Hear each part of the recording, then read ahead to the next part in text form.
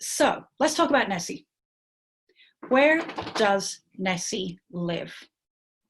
This monster, this Scottish monster. Where does Nessie live?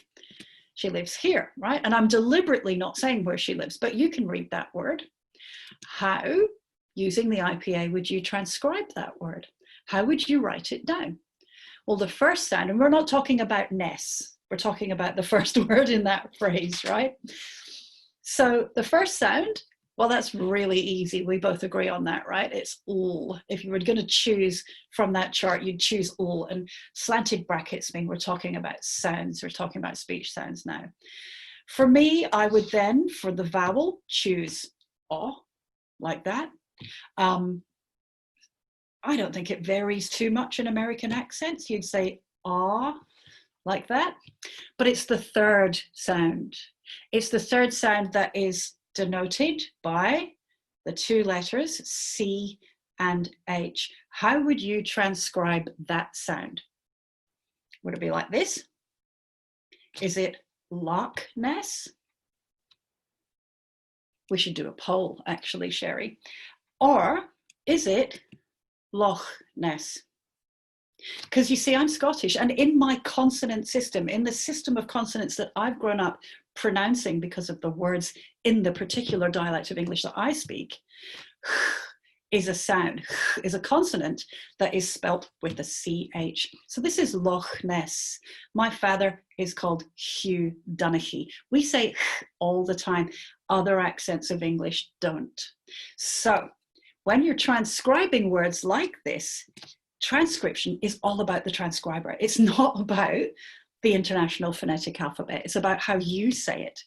So you can look up a word in a dictionary for its pronunciation, but if that dictionary is not the dictionary of your particular dialect, your particular version of English, you're just going to read the pronunciation in the dialect of the transcriber. Sometimes there will be alternative pronunciations, but the point I'm trying to make here is nothing has an IPA of. It's about the transcriber. So I do hope that makes sense. Sherry, that's the first bit that I'm doing. So we're going to move off the IPA in a second. Does anybody want to make any comments or have any questions on that particular section? I don't have any questions here. I don't know if anyone has any. Happy to move on, but it's a natural break in there, and I'll happily move on. All right. Let's do it. Okay, now. Here we go. So we're done talking about Nessie, and I do hope you're back on that particular slide. My cursor is being a bit weird. All right, so that's the IPA. That's the IPA. I think you should have a working knowledge of it if we are going to communicate about transcribing and also about pronunciation. It's good to know that there is this International Phonetic Alphabet. So that's one part of the meta language that I think teachers should know. It's not, I certainly am not, please don't get me wrong, I am not advocating for teaching the IPA to children. That's absolutely not what I'm saying at all. But I think you should know about it as teachers of literacy and language. All right. Then the next thing happened. So we're still on this word oil. How many syllables in the word oil? Then someone said the vowel sound in question was a diphthong. Now, I've got a picture here of some dip, and in Australia, these sandals here, these what we call in the UK flip-flops, what you may call sandals, in Australia, they're called thongs. So I thought I'd do a picture of those because your version of the word thong is a bit more racy, and it is 1:30 in the morning. So I've got the Australian version of thong. So dip plus thong equals diphthong. What the teacher, and this was a teacher, what the teacher meant was diphthong. Diphthong as opposed to monophthong. If you break those words down, the DI in the first syllable means two, and thong, and I grant you, It's really awkward to pronounce. We don't usually go, that's hard. So I understand why you would miss out this H altogether and just go diphthong. Yep, I get it, but we can't, I don't think we should be doing this as teachers. I think we do need to be really clear about diphthong, monophthong. So phthong is sound or voice. So a diphthong is a clue into how the sound within that word is articulated. Articulation is about three things, and this meta language is important as well. It's important, I think, for teachers to understand, and it's important for them to speak confidently about. Again, I don't want children getting phonetics and phonology 101 in primary school, but I want the background knowledge there. I think it's important to have that background knowledge. Articulation is about three things. It's about voicing. So if we take a sound like, well, let's get the sound T, for instance, usually represented by the letter T. T, the last sound that is in the word cat. Yep. T. We can categorize that sound according to three things. We can categorize that and we can make that different from every other speech sound just according to three things. The first thing is voice. So with T, if you make that sound now, was your voice on? Were your vocal folds vibrating? T, or was it more like a whisper? And remember, it's not T. T is two sounds. That's T plus A. So T itself is like a whisper. T, voice off. So you've got voice on or voice off. That helps us to classify all of the human speech sounds. Articulation also, though, the way you say something is also about placing. What part of your articulatory mechanism, that is the machine that makes sounds, what part of that was called into action to articulate that sound? Was it your nose? Was it the back of your throat? Was it your lips? What was it? Well, what it was this is the roof of your mouth and this is your tongue, and your tongue came up like this just behind your teeth on this ridge called the alveolar ridge. Yep. So this is a voiceless alveolar something, right? That's how we get those seemingly complex names for all the human speech sounds. The third element of articulation is manner. How did you say that? Did you say it in a hissy, breathy way, like sss? Did you say it in an explosion? That air came up between your tongue and your alveolar ridge and it built up until it exploded out. That's called a plosive. Plose, to explode, to burst forth, right? So everything in articulation, everything about human speech sounds is about these three things: voice, placing, manner. And you can classify them all and tell one from the other just with that. There is another sound that only differs from T in one aspect, and that's D. It differs from T through voice. Placing and manner is the same. It's an alveolar tap, an alveolar plosive. Yep. So that's articulation. That's about three things. So back to this idea of the diphthong. A diphthong is a vowel sound. It has one impulse of your voice, but two places. So when in my accent, and I do believe in most American accents as well, when you say oi, yep, there are two places of articulation. It's voiced, of course, oi, and vowels, basically the manner in which they come out is voiced and non-obstructed, in that nothing is getting in the way of your of the air that's coming out of your body. But the placing is all in your lips. So oi started with round lips and ended with smiley lips, oi, like that. There was still one impulse of your voice, but you did two places. That's what a diphthong is. That's why it's DI, meaning two. Diphthongs and monophthongs, whether it's one place or two, are dependent on your vowel system. So it depends on how you use the vowels in your accent. So nobody's going to agree particularly on that either. That's the other thing. So some people were saying it's a diphthong. Some people were saying it's a dipthong. Some people were saying it's not a diphthong. Other people were saying it's not a diphthong. I think it's really important to know what you're talking about when you say it is or it isn't. And it's also important to acknowledge that people say things in different ways, and it's acceptable. It's acceptable. Then a whole bunch of people said, there's 2 syllables in the word oil, 2 syllables.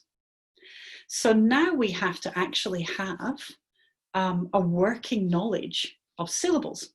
A whole big bunch of fights broke out, right, on this social media page. And a whole bunch of other people went, no, it's 1 syllable. And they argued. So if you need to figure it out, you have to have some knowledge of this concept of sonorant and obstruent sounds. I'll show you what I mean. Sonorant is like singing. So we get song from that same song and sound, from that same base. And obstruent, obstruct, means something's getting in the way. I'll show you what all of that means. To figure out whether a sound and whether a syllable has sonority and obstruction, you can actually analyze people's speech. And spectrographic analysis is one of the most widely used techniques for studying the acoustic and phonetic characteristics of different phonemes and language. So we can measure whether or not we do have 2 syllables or 1 syllable by using spectrographic equipment. Now, anybody who's got an iPhone, if you've got it nearby, what I want you to do is now just take a moment to say something to Siri, because Siri is actually a rough spectrograph. It is a machine that shows you the sonority of the syllables that you're saying. So I'll show you what I mean, and then it'll be your turn. Okay, you ready? Hey Siri. Oh, and I'll stop sharing. Wait a minute, I'll do that one more time. I'll do that one more time with oh, quiet. I'll do it again. You ready? Hey Siri. Boom, bada, boom, bada, boom, bada, boom, bada, boom, bada, boom, bada, boom. Can you see the sonority? Every time there's a peak impulse of my voice, Siri shows me on its little spectrograph here. And that's what syllables are. It's peaks like that. And Siri is a very rough spectrograph. There you go. So you can, I was dictating into Siri just there. So you can get that concept across. What is a syllable? It's peak sonority. It's where Siri goes really big like that. It's just a spectrograph. A spectrogram is the thing that Siri's showing you. So I'm doing all of this to get that meta language of syllables across. So Siri's a rough spectrograph, but also, and I do hope you can see this, looks like I'm sharing well, a syllable is a voice impulse that can be preceded and or followed by a sequence of segments. But when you've got that peak, the sonority of the rest of the segments decreases. So the peak is often a vowel, and vowels are used because you've got an open vocal tract. So there's not much getting in the way. So lots of acoustic stuff can get out, right? So a peak is often a vowel. But placed in a hierarchy of sonority, certain consonants can also be that peak impulse. Those are known as syllabic consonants. So if you try saying the final syllable in chasm, rhythm, bottle, you'll see that you have 2 syllables in each word, but the second syllable is articulated as what we would traditionally call a consonant. Yeah? They have peak sonority within that impulse. So, syllables are about peaks. Peaks show sonority, the highest amount of acoustic information. Syllabic consonants are sonorant. So you've got chasm, schism, bottle. And diphthongs are high up on the sonority scale as well. So if you have a word like oil, you've got a diphthong plus a very sonorant consonant there. Oi, ul. There is a lot going on. There's a lot going on, a lot of acoustic value just in that tiny little word. And that's why people argue. That's why people argue, because if you place a diphthong next to a syllabic consonant, all hell breaks loose. And that's why people fight about it. But it's a fairly simple thing. How do you say it? And here's the thing, how you say it is not as important as how the person you're teaching says it. Because the variation between how these words are said vary between people, but not within individual systems. So if they say soil, they will say oil in that way too. It won't vary for them. So arguing about, I say it this way, therefore that's got to be right, or arguing about it has an IPA of blah is not relevant. What's relevant is, how does this kid say it? How can then they generalize that to a grapheme combination, and how can then how can they attack other words they've never seen before with that knowledge? Those are the important questions there. That's a lot, isn't it? I will pause for a second and see if anybody wants to make any comments, have any questions, anything like that. We don't have any questions on the chat as of now. I don't know if anyone wants to unmute themselves and ask a question at this time. Very, very welcome, of course, but no pressure. Are we heading towards lunchtime there? Getting closer, getting pretty close. It's 11:43. That's the thing about— I have a question. Yes. I have a question then. So when you're teaching syllables to the young children in phonemic awareness, it's more important for them to just hear the breaking points versus how many syllables are in a word? Is that what you're saying? Because when you're trying to teach them syllables and you ask them how many syllables, it's more important. You're saying then it's more important for them to hear the breaking points. When you say the breaking points, I'm not quite sure, Gretchen. Or the syllable, because you're saying one person could hear one syllable, one person could hear two syllables. Is that what you're meaning? Yes, depending on how a child is saying it or how the person that you're teaching is saying it, they're going to come up with different answers for that question, how many syllables. The big question and the most important question is, can you attach graphemes to those phonemes, and can you do that across lots of words that have a similar structure? Okay, thank you. I hope that answers your question. Yes, it does. Thank you. Thank you. All right, we shall return to the next bit. That was the most complicated bit. All of the rest is plain sailing, I swear. All right,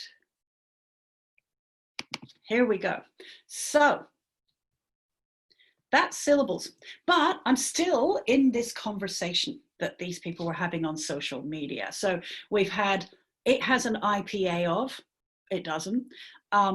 We have, it's one syllable, it's two syllables, that depends. And then someone says, it rhymes with royal.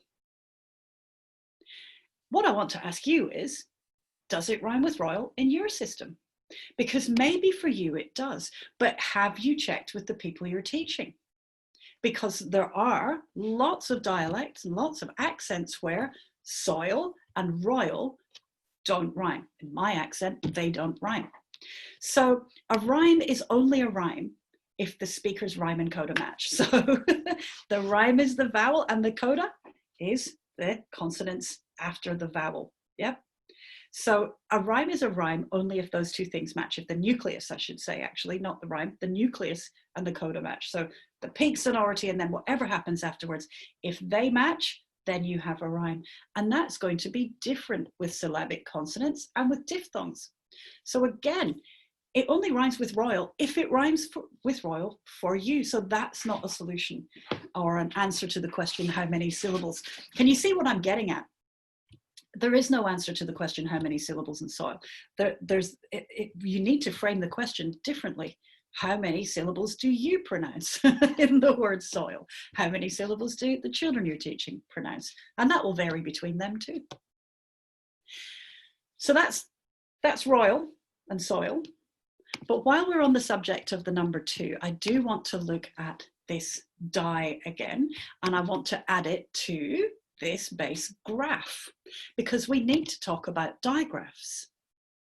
We need to talk about digraphs because I see a lot of misconceptions out there about digraphs, and I think it's really important, again, to have a working knowledge of exactly what that is. Definition of digraph is 2 letters used to represent one sound. It comes from di, meaning twice, and graph, meaning something written. So Other di words are things like dichotomy. So that's a contrast between two things that are represented as being opposed or entirely different. You've got dilemma, which is a difficult choice between two or more undesirable sort of choices. You've got dioxide, two atoms of oxygen and a molecule, and you've got diphthong that we came to before, a sound formed by the combination of two vowels in a single syllable. And then graph as well. This word graph means something which is written. So we've got biography, autograph, photograph. So that's di plus graph. That's what a digraph is. As opposed to, and you probably don't do this, but there are millions who do, as opposed to the word diagraph. Now the picture that I'm showing here, it's a really bad picture because I pulled it off Google Images. This is a diagraph. This object here is a diagraph. A diagraph is an instrument for drawing objects without the need for artistic skill. So it's a stencil cutter. That's what a diagraph is. And it's a little bit like a very, very rudimentary 3D printer. It comes from, the word diagraph is made from dia, meaning through or in different directions, and graph. So it's very different from digraph. Di means to, dia means through.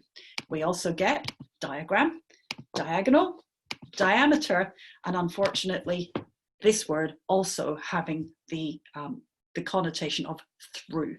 Yep.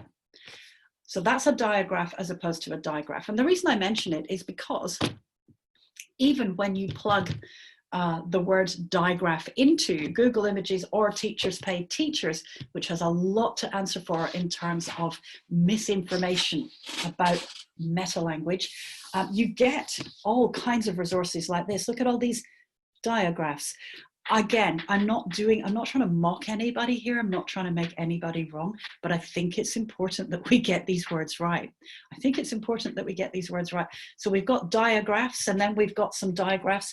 We could spend all day just looking at this. Sometimes you've got adjacent consonants being called digraphs. And sometimes, look, this is digraph bingo. G plus L, how is that a digraph? So not understanding the structure of this word digraph can lead to all kinds of inconsistencies. And it's those inconsistencies that make the children that I work with progress slower. So here's the other thing that I did want to bring up. I see a lot of teaching right now on this concept of split digraphs. And I just want to very quickly, if you don't mind, Sherry, I want to very quickly survey, not a poll or anything like that, but just from your position and your expertise, is this a prevalent concept in America, the split digraph? I don't know. We don't talk about, I'm a certified letters trainer. So we of course we'll talk about it then. No, I don't know. Maybe ask folks to unmute their audio or their video or audio to see if it's something that they talk about. Or even thumbs up. And again, I'm not asking for this to make fun of anybody or to make anybody wrong or put anybody down. It's just that I'm seeing in the UK and in Australia now a lot of talk about this concept of split digraph, where you've got E at the end of a word, preceded by a consonant, excuse me, and then a vowel preceding that. And what children are told, like the word ate, as in I ate a banana, A-T-E, children are told that what we have is the digraph A-E split by the consonant T. Is anyone familiar with that technique? Because if you're not. I see in the chat, folks are saying they haven't heard of it. Some Good. have heard of it, but they've never, they've heard the term used, but they're not as familiar with it. Good. Kill it. Don't let it into America. All right? Okay. Burn it. It's a terrible concept and it is gaining ground, right? It is another one of these empty approaches that have zero linguistic value. That there is there were no digraphs that suddenly got split up. That is not what's happening in these words at all. So I'm not going to actually make that part of my presentation because, and sometimes I do, sometimes I don't, depends on whether or not you've heard of it. If you haven't heard of it, you're lucky. Yeah, and Don't the common understanding with this group is they haven't heard of it, and we have an SLP who shared that she doesn't use this, and so right. Never let it in. It's coming though. I can tell you that. I do. I'm across a lot of the trends, and it's coming your way. Don't let it in. Terrible, terrible. And I can say that now with impunity because nobody's doing it. yeah. It's in the post though. So, but Good. we're not going to go with that. So, I will move on to the next thing. Having said that, just have to do a little bit of technical stuff to share with you again. All right, so next thing, unless anyone has questions, of course, but here's something that I want to talk about. And I brought it up in the talk that I did before, and there were some questions on that, and it's about blends, this idea of blends. Yep. I actually wrote a blog on it called Round the Blend.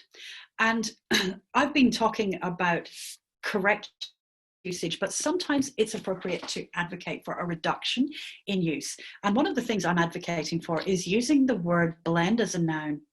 It's a really, really good candidate for not using the word blend as a noun. The technical term for two letters that come together, that are articulated together, but are two separate sounds. And remember, if you go back to what we were talking about before, we classify sounds as voice, placing, manner. So two consonants like the letter C and the letter L, they can go together at the beginning of a word and they can be said really fast. They blend together quite well. Cool, clap, cling, clean. Yeah.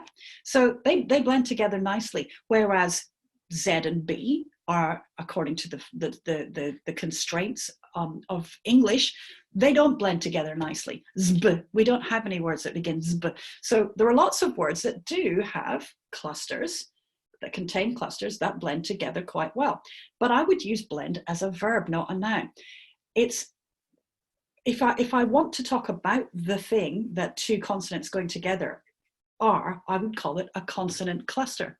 Sometimes, and I'm seeing this again, becoming more prevalent, and I think there's a danger in it, is the word blend as a noun is used interchangeably with the word diagraph. So if you go to Teachers Pay Teachers, I don't recommend that you do, but if you go to Teachers Pay Teachers or Google Images and you see these phonics charts, sometimes they've got blends, sometimes they've got digraphs, sometimes they've got diagraphs, and they're used interchangeably. I've even heard the term vowel blend, which is not a thing. I do believe that people are either talking about digraphs or diphthongs there. Blend as a verb is great, it should remain, and blend as a verb, say this consonant, put them together, say the rest of the word, that's a great idea. That verb is a good one to keep around. But in terms of a blend being a noun, if you name this structure a thing that you teach as a unit, you run into problems really fast. Statistically speaking, if you're teaching all the blends, all the consonant so-called blends that you're allowed in English, what you're trying to do is get children to memorize hundreds of new pieces of code. It is more efficient to make sure that they can have phoneme-grapheme correspondences for single sounds, and that they can put those sounds together, the verb blend. It's really important, but learning lots of new code, bull, cool, st, and so on, is a huge waste of instructional time. So I would advocate for using blend as a verb only. Now, I would like to talk a little bit about what David Kilpatrick says. And the reason that I'd like to talk about that is because whenever you see Dr. Kilpatrick speak, he does talk about clarity of language. one of the chief, I think, drivers of this clarity has been David Kilpatrick. He talks about phonological awareness a lot, and phonological awareness is easy to conceptualize, it's easy to agree with, and it's easy to teach, relatively speaking, right? We have a lot more agreement about the importance and the definition of phonological awareness than we do about lots of other things in literacy teaching. He warned, and he continues to warn, that getting the language right is crucial for other terms too. So the job on phonological awareness is being done really well. And even those who would be perhaps on a different side of the literacy fence are now acknowledging the importance of phonological awareness. Because here's the thing. You can teach it and make big changes in people's phonological awareness with relative ease. The uptake on phonological awareness has been really, really good. But David Kilpatrick also warns that there are other terms that are crucial as well. Specifically, he talks about sight words, and I want to echo that sentiment with, of course, full acknowledgement to him. There's a misconception that the word sight word are words that have to be memorized by sight. Now, words are not, the memorization of words and recall of words is not an act of visual memory. So there's plenty of research that shows that it's not a visual memory thing. And again, in Equipped for Reading Success, David Kilpatrick illustrates this incredibly well. So if you want to go back and study that, that's where to find a really, really good explanation of how it's not visual memory that allows us to recall words automatically.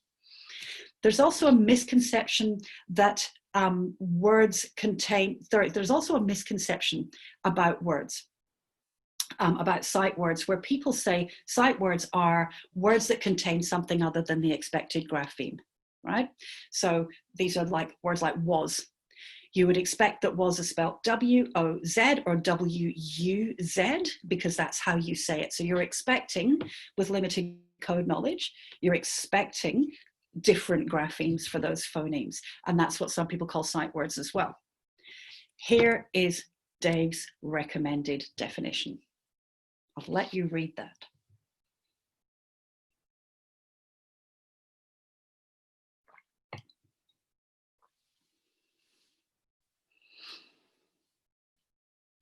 I think this is a definition worth learning verbatim. I really do. If we are to carry on the aims of Patten and other, you know, the International Dyslexia Association and the Reading League, and if we're to advance and unite and, you know, support the move towards the science of reading and the science of learning, this is a really, really good place to start. The definition of sight word, familiar written word that we recognize instantly. It is the backbone of automaticity in reading and writing. So that's the accepted, and I think acceptable, and I think the promotable definition of sight words. Going back to this misconception though, words that contain something other than the expected grapheme, what David Kilpatrick says is, why don't we call those irregular words? There's a misconception about irregular words as well. Some teachers call irregular words words that are not spelled according to logic. That is, they just have a really weird structure and they're silly, and, you know, spelling is difficult, and it's not you know, what's the word now? Obvious, and therefore it's kind of mystical, and there's so many irregular words. So why teach spelling? Because English is full of irregular words. There's no logic to the way words are spelled.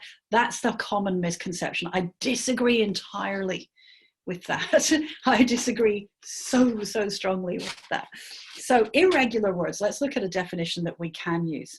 The recommended definition is words that cannot be easily sounded out. Those are irregular words. But here's the thing. Here's the thing. Every word, if you don't have instruction in the letter sound rules, into the grapheme phoneme correspondences and the etymology and the morphology of words, every word that you encounter that doesn't follow the limited rules that you have is an irregular word. again, what David Kilpatrick says is meaningful strings of letters can be anchored into permanent memory if the reader is able to recognize why those letter strings, gosh, there's a typo, letter strings are meaningful. My apologies. I will fix that and reissue the PDF of these slides. So what that then says, to my mind, is that if we are teaching letter strings and why they go together in the way that they do, all words become regular words. Eventually they become regular words because you have this broadening of your horizon of what the letter sound rules are and how the writing system works. So there are very few irregular words in an adult's system. I hope that makes sense. I'm going to pause for a second and see if you would like to discuss, if anyone would like to discuss any of that before we go to the last two words that I'm introducing today. The other thing is the subjects of the words that I've covered are not some exhaustive list, and these are the only ones, right, that we need to be, have clarity on. That's just a few. I think they're very, very important ones. I think having agreement amongst us about those is important, but it's not the only list of important meta language. And I'm communicating with teachers all the time about what else should be in that list. Very happy to hear from you about that too. Would anyone like anything? Yep. Yeah, I don't have any questions in the chat. But I agree. I love the idea of teachers having the conversation to clarify exactly what the terms are, so you have that common understanding. Yeah, it's important for teachers to have that common understanding within school systems, and it's important for them to be able to communicate that clearly to children as well, because like I say, consistency over many years is what makes even the canaries in the coal mine thrive. So I do think it's a good starting point, the ones that I'm bringing up, but certainly not the be all and end all. Okay, we do have some things coming up right now. One of the comments is consonant clusters versus consonant blends. Should we teach that to early readers, or is that a waste of our instructional time? So when you say should we teach that, do you mean should we introduce bits of language that involve consonant clusters to be learned in a decontextualized sense? Like, for instance, I do see, I'll give you an example of what I mean. I do see slideshows in primary classrooms when I go in to schools, and there are certain programs, and they're very, very, very popular, where they'll do a slideshow and they'll go, these are the blends of the day. And it'll be, the blends come up like this, the so-called blends, and the children will have to go, st, yeah, ooh, trrr. And they'll say that, they'll say those sounds, they'll be taught these as bits of information for memorization for no other reason than we're doing blends today. And then they might get a worksheet where, they can add these clusters to a nucleus and a coda and form words if they're lucky. But a lot of the time it's just decontextualized. These two go together. I think that is a waste of instructional time, especially if they can decode and encode these independently. If they need to be taught to blend these letters together, that's a whole different thing. But decontextualized like this, that's a cognitive load that's very, very high. And again, I see casualties of that all the time. If you want to read more about that, I actually have a blog, and there's a blog article in there called Round the Blend that shows the result of teaching blends like this, of teaching consonant clusters as units. Okay, we do have another question that came up. It says, can I ask how you would instruct the words with what I've heard before referred to as split vowels, such as chaos and piano? goes back to sonority. What was the second word, Sherry? The first word was chaos. The second word was piano. Piano. Yeah. It goes back to sonority again. So with the word chaos, I don't think anybody says it not two syllables, so the impulses of your voice in the word chaos, and this is something I get children to do as well. Counting syllables itself is a little bit contentious. Lots of people do things like chin drops, how open your vocal tract is will tell you, how many syllables you've got, but actually it's a foolproof way of counting syllables and breaking them up. And that is the zipped lips technique. So I'm going to show you that with the word chaos right now. So if you say chaos, I get my students, and these are really young ones, tiny ones, get them to say the word chaos out loud. So everybody, chaos. Then zip your lips and say it again. Feel how many impulses come out of your nose because your lips are closed. So you've got to say that like you're saying it in speech, and you count how many impulses. Ready? Chaos. Don't forget to count as well. Working memory in these kids sometimes is really low, so you've got to stick your fingers out, right? Immediately you've got two impulses. Nobody says that differently. Try it with piano. Let's say it out loud. Piano. How many syllables do you have there? How many peaks of sonority do you have there where your voice made an impulse, gave you a peak like that? How many was it? Some people, most people, I think, are saying 3. Sherry, are you? I can't really see. I don't see any numbers. Oh yeah, we have a 3 here. Yep, 3s. Yep. There's an argument for piano. There's an argument for that. Okay. But again, it's not about how you say it. It's about who you're teaching, right? How they say it, because they will generalize that across all the other words that have a similar structure. Yeah. Kate, sorry. I think that's a really nice lens that you shared with us today, is think about the kids that you're teaching as you're, thinking about some of those things. Yeah, they have a system already in place. So you got to teach towards that system. Otherwise, what we're doing is trying to impose our own system on them. And that's actually not doing anybody particularly any favors, and it's not particularly equitable either. Kate Stuckey has said it's worth mentioning to the group that spoken and written syllables can be different. Well, absolutely. And where you break a syllable is really, really interesting as well, because you can do it along phonological lines, or you can do it along morphological lines, and the two sometimes don't meet. And that's why people argue as well. You got to have in mind where you're going to make your breaks, what's most meaningful. I would always default to morphology, but there are times where phonology, and we don't have a lot of time to discuss the ins and outs of that, but there are times where phonology takes precedence over that too.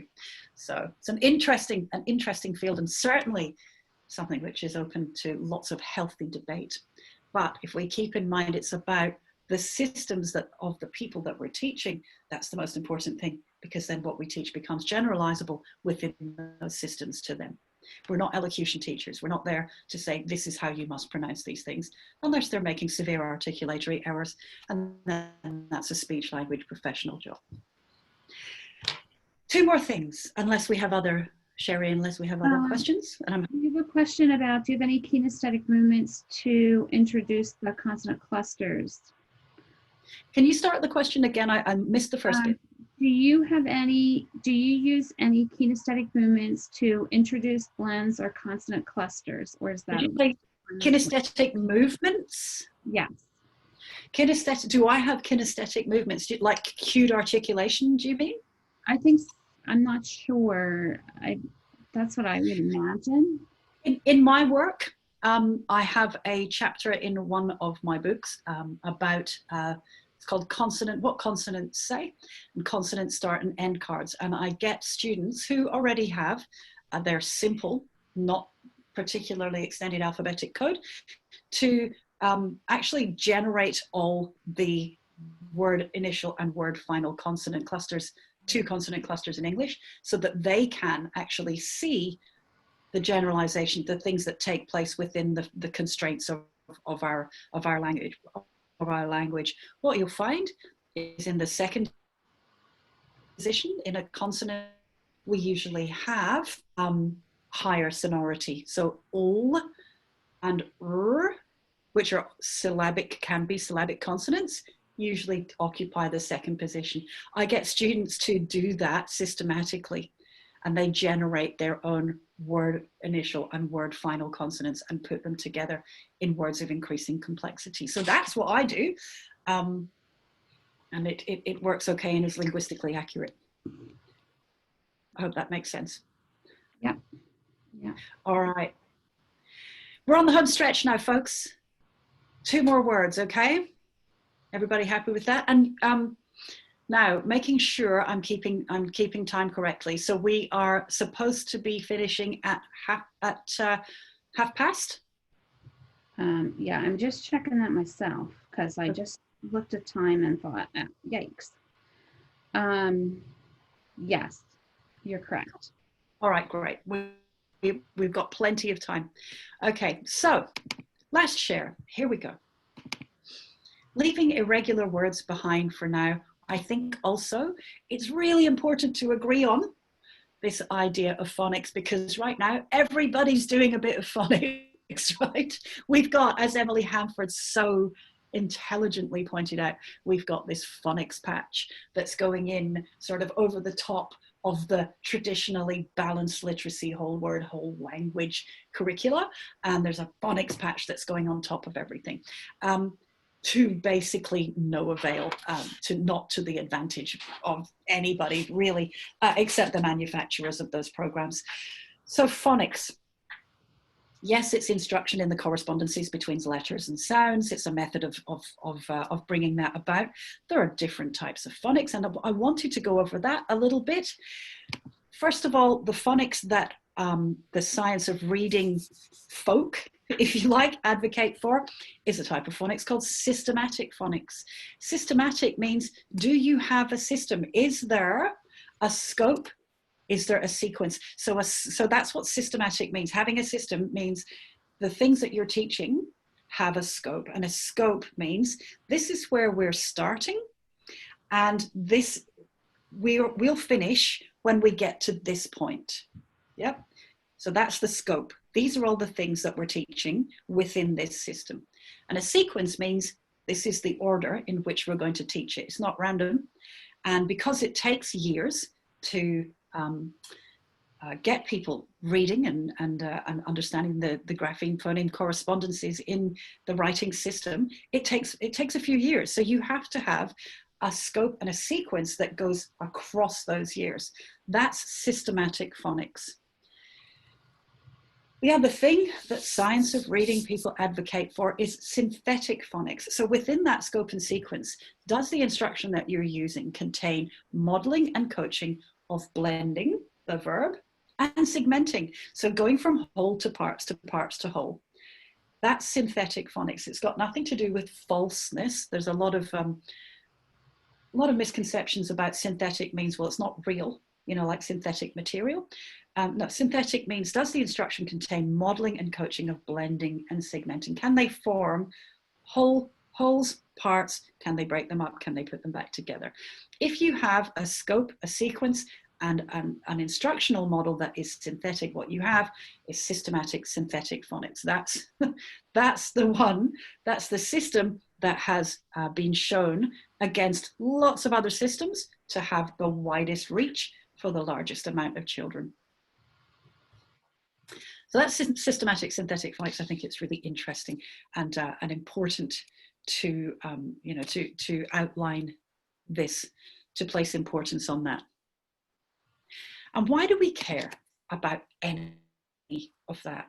Why do we care about metalanguage? Well, I think one of the reasons we're all here today is because we want to advocate for a better deal for novices when they're reading and writing, when they're being taught reading and writing.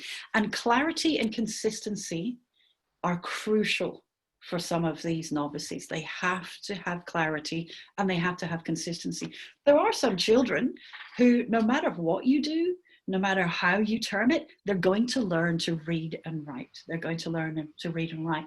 But for some, clarity and consistency is the vehicle through which they will be able to take on all of this complex learning. Clarity and consistency also helps to steer other educators towards best practice. So if we, as advocates for high quality literacy instruction, as advocates of that, if we agree on the terms that we're using, and if we ask others to use those terms, what we have is greater influence. We have greater influence, and we are more credible when we've really got our language straight. Here's the other thing, whether you like it or not, you're judged on your linguistic output. The terms that you use, the way that you talk, if you're an advocate, you're judged on how clear and consistent you are. A clear advocate is a trustworthy advocate. And what we want to do is place ourselves in that position where we are clear and trustworthy so that we can get a better deal for everyone. This is how to stay in touch with me. These slides are available as a PDF, and that's how to get in touch. What I'm going to do is stop sharing and take any questions or comments. It's been wonderful talking to you all. Thank you so much for listening. I do hope one day we all meet in person, but until then, happy to talk, answer questions, whatever you'd like. Okay. We do have one question. I'm trying to get to it in my chat that I shared that we would save to the end, and folks wanted to know about your animals and that are behind you. Yeah. Keep their curiosity, that wonderful collection. We're a very animal-oriented family. I work from home, and this is a specially designed little building off the side of my house where I see students, and I have a room where my tutors see students, and we sort of rotate in through there. We're a massive animal family. I have two girls, and when my girls were younger, they're 15 and 16 now, but when they were younger, they collected these animals. They're called Schleich, and they're sort of hand-painted collectible items. They would go through the catalogue, and they would go, for my birthday, I would like the giraffe family. So we'd get mom, dad, and baby, and so on. And they built this collection up over time. And I've got elephants and dragons as well, and mythical creatures. And they allowed me to have them in my room, in my office, because their teenage bedrooms wasn't quite their idiom anymore. But nobody's allowed to touch them. They all have names. Every single one of those creatures has a name, and the children know them. And yeah, I'm allowed to have them in there as long as I don't ever touch them. And their value has soared. They're like collectible items. They're mad. This is Sergeant Tiggy Stripes. And we found him in a charity shop. Those are my animals. If you see any of my free spelling webinars, I show the kids all of the animals we have. We foster kittens. We have 2 dogs, 4 cats, 2 frogs, 4 rats as well. Oh, wow. Wow. There you go. Keep you busy. They keep you busy. Yeah, they sure do. I don't see any more questions coming through, so we'll kind of wrap things up, and I'll thank you again, because I kept, as we were going through, you were going through the different terms, I kind of thought, you know, this is a good presentation for thinking about when you know better, you do better, and you make better decisions as that practitioner. So I thank you for your presentation, and to all of the folks who attended this session. This session was being recorded, or is being recorded, and will be available on the Patent YouTube channel in the near future. In addition, the Patent Literacy team is creating supports aligned to our presentations this week to maximize learning for families and educators.